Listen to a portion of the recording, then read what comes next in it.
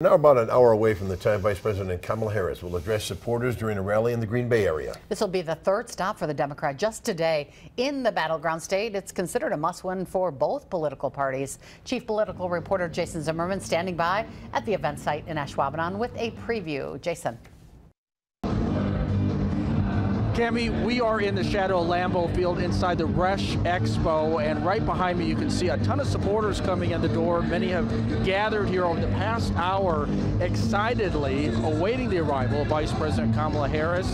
And I'd say right now there's a pretty appropriate song playing to be in the shadow of Lambeau Field and so close. Now, she is expected to take the stage right around 6 o'clock, but I have been told there is a possibility she could be running late from her last campaign stop, which wrapped up just a short time ago in La Crosse. Now, this visit comes just days after her running mate Tim Walz also held an event in the area on Monday. That was just a few miles away from here at the KI Convention Center. The race to win Wisconsin at the presidential level is considered a toss-up, according to the latest Marquette Law School poll released yesterday, showing Harris with a 1-point lead over Republican Donald Trump among the state's likely voters. This morning, Harris was supposed to have a meeting with UW-Milwaukee students and Mark Cuban, but that meeting was closed to the press at the very last minute. Instead, she gave a very brief statement on the situation in the Middle East involving the death of the Hamas leader,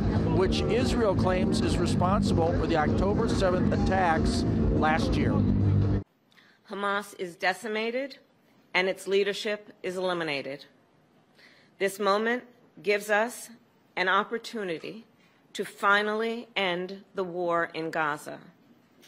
And it must end such that Israel is secure.